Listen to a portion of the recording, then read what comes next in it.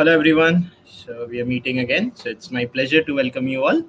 So we will be hearing from two outstanding young scholars. So they were exploring the frontiers of this modern cryptography. So they will be presenting their research on the unification of homomorphic and broadcast encryption.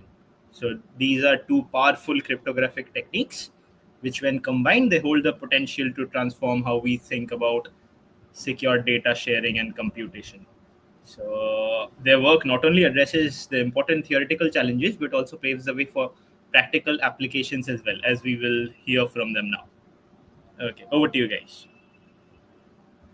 Okay, so hello everyone. My name is Gurnoor, and with me I have my partner Anurag, and we both have worked on this research project. So today we'll be presenting the homomorphic broadcast encryption, which is a new method that ensures privacy in cloud and IoT analytics.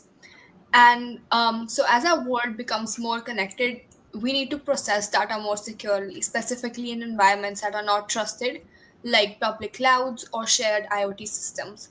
And so at this point, traditional tools they fall short. So broadcast encryption, which is a cryptographic technique, protects data, but it limits post encryption use.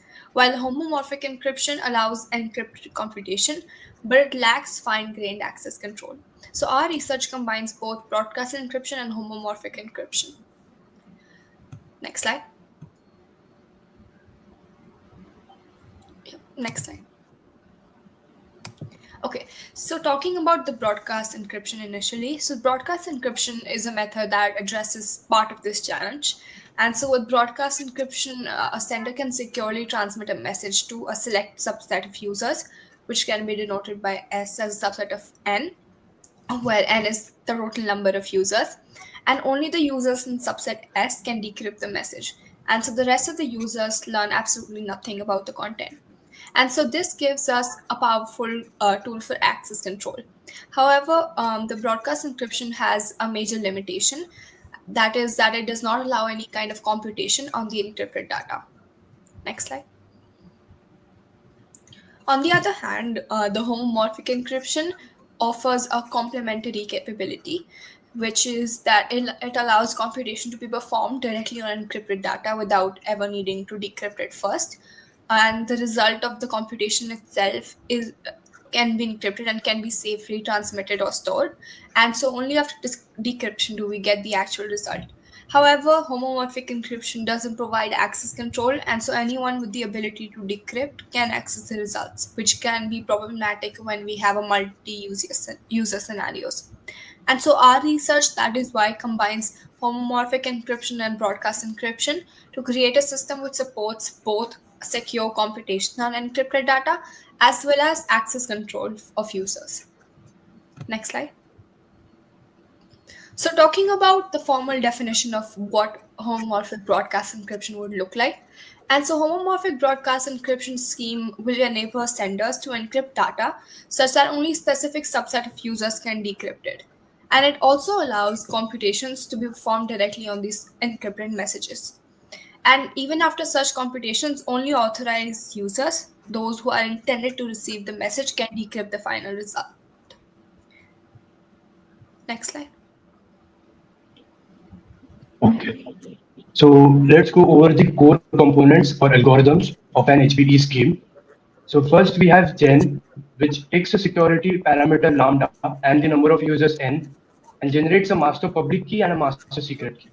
Then we have extract, which uses the master secret key to generate a unique secret key for each user, denoted as user I.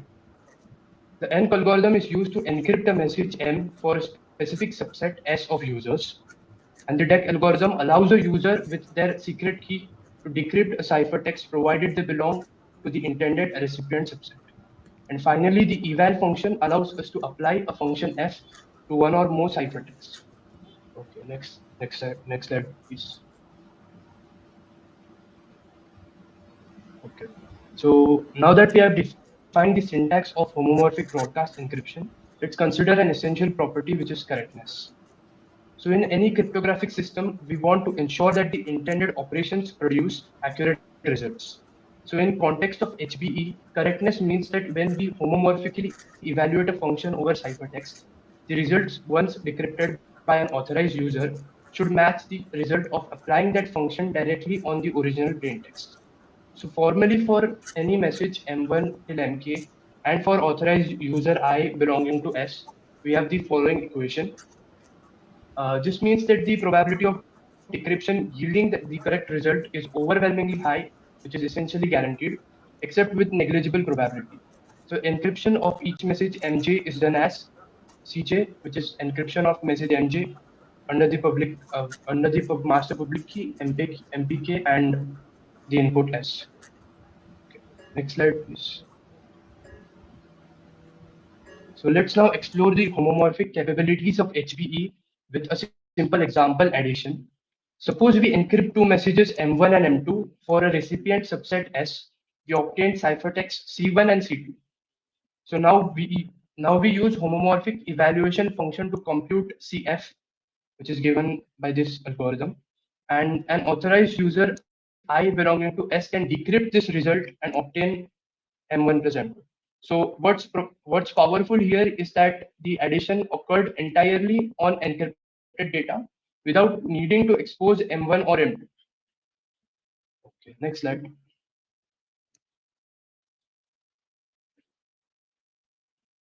Okay, next let's talk about security, specifically semantic security under chosen plaintext attack or IND-CPA, along with collusion resistance.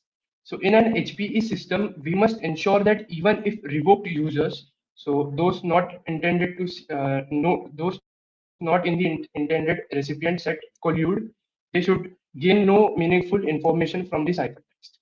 So let's say we have two messages M0 and M1, and a ciphertext is generated as C star, where B is either 0 or 1 or chosen at random.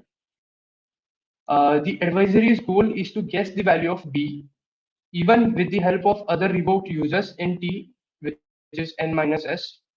The security condition is given by the following equation. This means that the advisory's ability to distinguish between M0 and M1 is negligible, which means they can do no better than random guessing. Okay, next slide. Okay. Let's now look at some real-world applications of homomorphic broadcast encryption and how it empowers secure systems. So first, in cloud computing, one of the biggest challenges is data privacy. With HBE, we can compute directly on encrypted data, meaning the cloud server can process information without ever seeing the actual content. This ensures confidentiality even in untrusted environments. So once computations are done, the results can be broadcast securely, but only to the authorized collaborators who have the right decryption keys. So sensitive data stays protected end to end. Next, in Internet of Things or IoT, imagine a network of edge devices like sensors in a smart city. These edge nodes can aggregate encrypted sensor data locally. Then a central system like a smart city control center can broadcast encrypted, actionable insights only to trusted devices like emergency vehicles or signal controllers. The key takeaway here is that HBE ensures scalable, secure, and access controlled analytics even in environment where the infrastructure can't be fully trusted, like public clouds or even open IoT networks. HBE ensures data privacy and fine-grained control over who can access what. Okay, next slide. Okay, so now let's look into how homomorphic broadcast encryption can be applied in the IoT, which is the Internet of Things networks. So IoT devices, they are everywhere in our homes, cities, factories, and these devices continuously generate sensitive data like temperature readings, health metrics, or even surveillance footage. And so, with the homomorphic component of the HPE, we can perform encrypted computations on the sensor data. And with the broadcast encryption component, we can control exactly who is able to decrypt the final results. Next slide. So now let's zoom in onto the homomorphic computation layer, which uses the Paleo crypto system.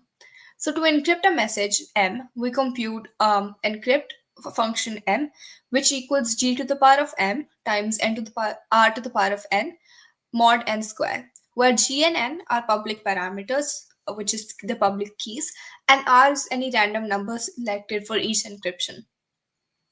So its addition on the ciphertext goes with the function add C1 C2, which is equal to C1 times C2 mod n square. So this operation results in a new ciphertext that, when decrypted, gives the sum of the original plain texts. Next slide. To make this work on actual IoT devices, which are often constrained in terms of computation and memory, we need to carefully configure our encryption scheme. And so for our implementation, we set the security parameter to 64 bits. And the moduli size n is set to 128 bits, again, optimized for efficiency. And our system supports up to t equals 1000 operations before requiring a ciphertext refresh. Next slide. Okay, so now let's talk about the broadcast encryption component of the systems. So we use a hierarchical tree-based structure for efficient access control. And so the way it works is that each IoT device is assigned to a leaf node in a binary tree, and each device stores the keys associated with all the nodes on its path from the root to its leaves. And when the system wants to encrypt the data for a group of devices, it identifies a minimal set of tree nodes that cover exactly those devices. And so this is known as a cover set. And the size of this cover set is a logarithmic, which goes by the size of the cover set is the order of log n. And this makes encryption and key management scalable even as the number of devices keeps on growing. Next slide. So to test the feasibility of our system, we implemented a small-scale simulation in which we had 6 temperature sensors. And each of these sensors reports encrypted temperature readings within the range of 18 to 35 degrees Celsius. And so out of these 6 sensors, 3 are designated as authorized devices. And so they are the only ones that will be able to decrypt the final results after the aggregation. And the other 3 are unauthorized. And so all of this encryption is performed using the Palea scheme discussed before with 64-bit keys. And this setup helps us kind of evaluate how the system will perform and how well it will perform under realistic Internet of Things network constraints. Next slide. Okay. So let's look at what happens when we aggregate encrypted data from the sensors. So the individual temperature readings are as follows, and the actual average of these values is 26.83 degrees Celsius. However, since all data is encrypted using failure, the aggregation is done directly on ciphertext. The result is a large ciphertext that belongs to the group Zn square. Okay, next slide. Now that we have aggregated encrypted data, let's look at what happens during decryption and how access control is enforced. In our experimental setup, one of the authorized devices, sensor underscore 004, was able to successfully decrypt the final ciphertext. The output format for the decrypted data follows a structured schema, which is given as follows. This makes it easy to process and log results downstream. Meanwhile, unauthorized devices were unable to decrypt the data. This is because they lacked the complete key path from the root of the broadcast encryption tree to their respective leaves. Okay, next slide. Let's take a closer look at the system architecture for cloud-based homomorphic broadcast encryption. So there are 3 main types of entities in this system. First, we have the data contributors. The data is encrypted before it leaves their local systems. Second, we have the cloud nodes. These nodes are responsible for performing computations on the encrypted data. And third, we have the recipients. These are the authorized users or entities who are allowed to access the final decrypted results. Okay, next slide. Let's walk through a practical scenario, which is healthcare analytics across multiple hospitals. In this setup, 3 hospitals contribute encrypted patient age data.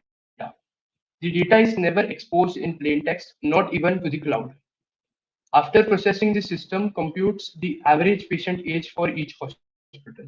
So for hospital 1, the average age was 51.6. For hospital 2, it's 56 years. And for hospital 3, it was 52.7 years. Even better, the performance is highly efficient, achieving a maximum latency of just 0.07 seconds per computation. Okay, next slide, please. Now let's look at the second scenario, which is financial data analytics. In this case, three banks contribute encrypted risk scores to assess the financial risk of certain portfolios or investment products. The average risk scores are calculated as for Bank A it was 87, Bank B was 88, and for Bank C it was 88.1. The latency for the process is also minimal, approximately 0.065 seconds. Okay, next slide. Okay, so now let's look at how the HP handles dynamic access control and user revocation. And so in this scenario, cloud-hosted payroll dataset contained encrypted information totaling $1,500. And so at some point, the user labeled system admin was revoked from access. And so this was enforced dynamically without re-encrypting the dataset. And after the computation, only the remaining authorized users were able to decrypt and view the results. And attempts by system.admin, which was the revoked user, failed, confirming that any revoked users were successfully blocked from accessing the decrypted data. Next slide. So here are the concrete results from my healthcare analytics scenario. And so hospital A had an average age of 51.6 and a time of 0.068. B had 56.0 as the average age and 0.058 as the time seconds, and C had average age of 52.7 and a time of 0.046 seconds. And each of these hospitals contributed 10 encrypted data points, which represented the patient ages. And the average was all computed securely and privately for each data set.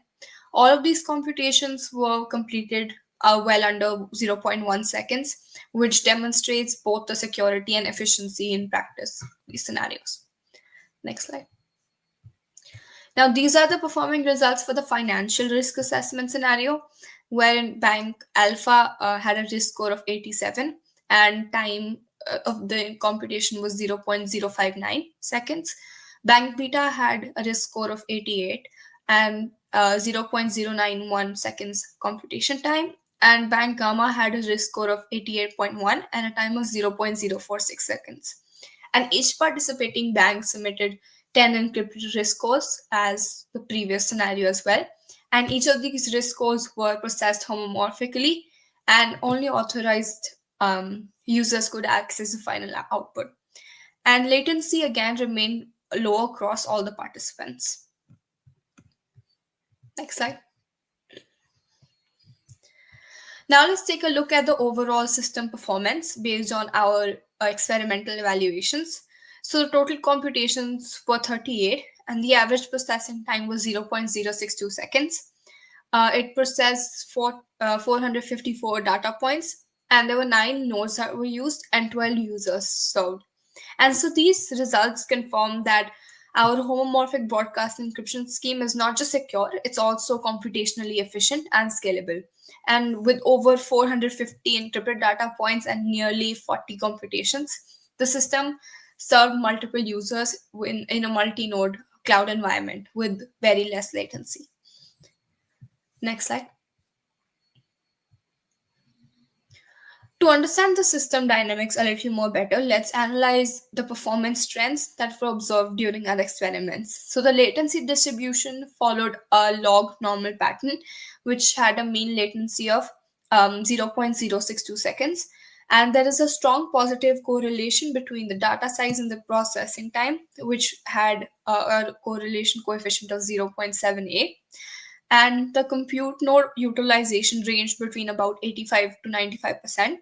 And the regional deployments showed 60% latency improvement for geographically optimized operations. Next slide. Okay.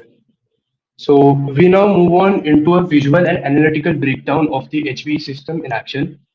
The goal here is to provide insight into system behavior through empirical data and visual summaries.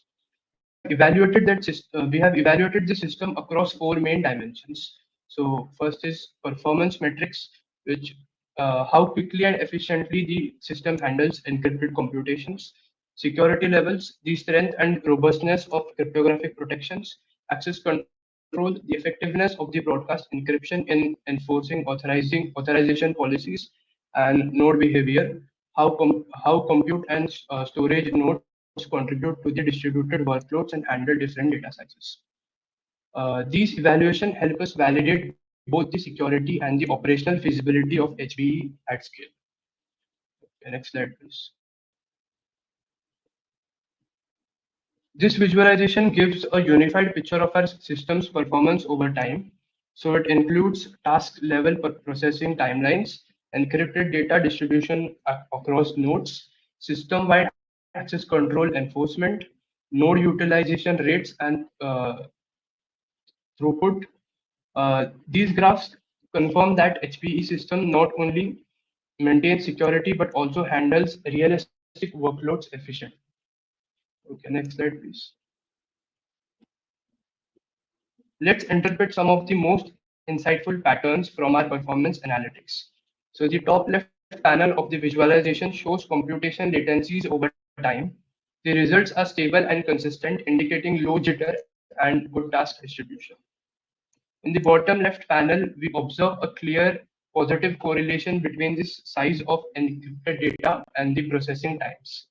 This confirms expected performance trends and validates scalability. The linear nature of this relationship confirms that the homomorphic layer scales well, processing grows predictably as input data increases. These observations reinforce the system's suitability for real-time secure cloud analytics. Okay, next slide, please. Next, we explore how encrypted data and computation loads are distributed across the system. In the top center panel, we have a histogram showing the size distribution of encrypted data blocks. This helps us understand data variability across tasks. To the right, in the top right panel, we see how the computational workload is distributed across the compute nodes. The system achieved effective load balancing with the variance between 85% to 95%. Such uniform load distribution is key to maintaining performance under growing data volume and user activity. Okay, next slide, please.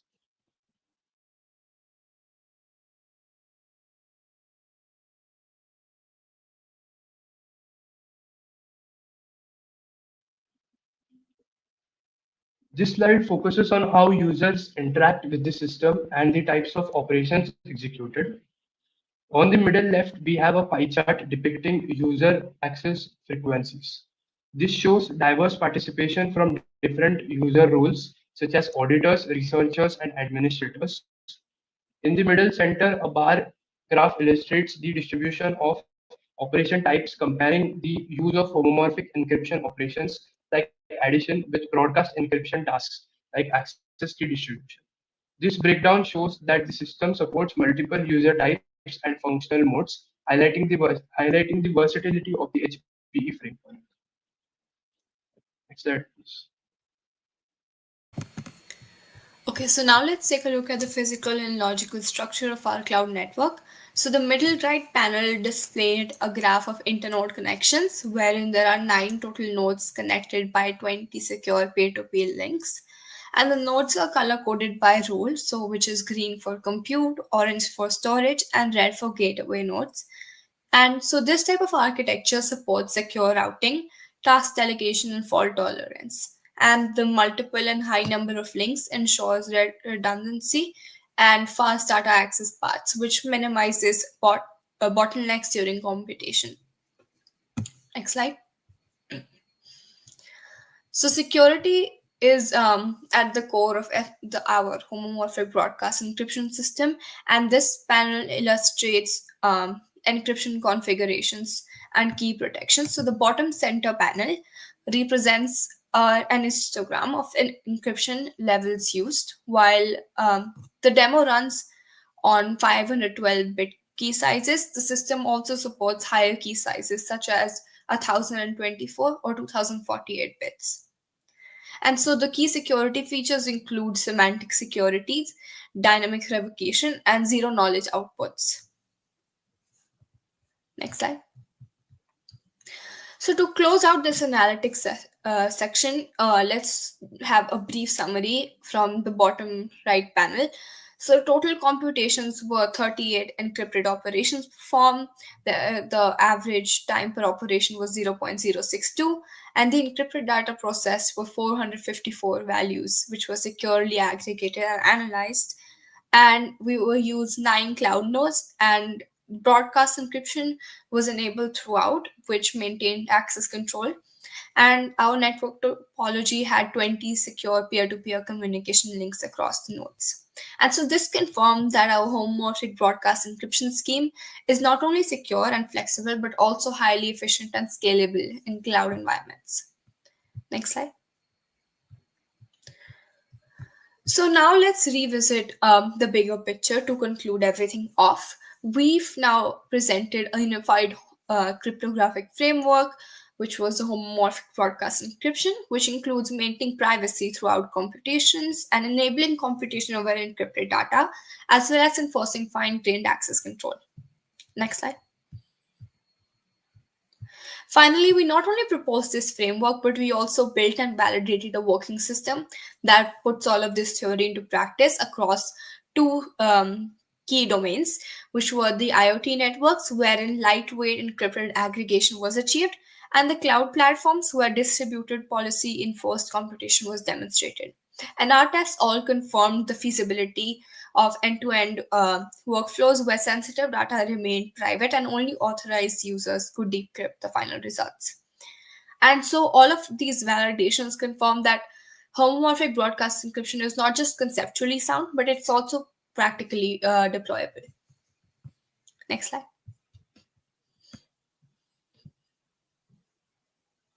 Okay. And finally, let's summarize the performance profile of our HPE implementation. So the system achieved an average latency of approximately 0.062 seconds per computation, well within the real-time processing thresholds. We successfully completed 38 secure computations over a total of 454 encrypted values. All 9 cloud nodes were actively utilized, confirming the system's ability to balance load and parallelize computation. Crucially, we confirmed the logarithmic broadcast complexity in practice, showing that access controlled enforcement remains efficient as the number of users scales. This performance makes HPE a viable option for large-scale secure data systems today. Next slide, please. As with any promising system, there are exciting avenues for further development.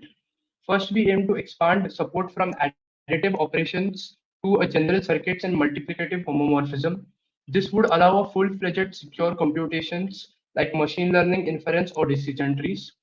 Second, we plan to explore integration with post-quantum cryptography, especially lattice-based schemes, to future-proof the system against quantum adversaries.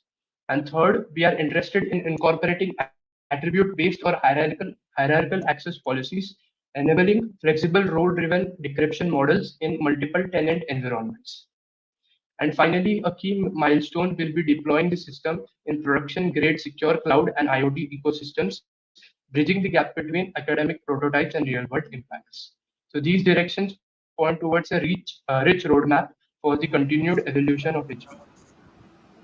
Thank you. So thank you for that insightful and thought-provoking presentation. So it's really inspiring to see such rigorous and forward-looking research coming from young minds like you guys. So especially in an area as critical as complex as cryptography. So this unification, so this does open up some exciting possibilities for secure, scalable, and efficient computing communication systems. So we really appreciate the depth and analysis and the clarity that you brought to this important topic. So we can actually work more on this paper and probably think of presenting it somewhere else or publishing it as well. Okay then, for now. So thank you, Anurag. Thank you, Gurnoor.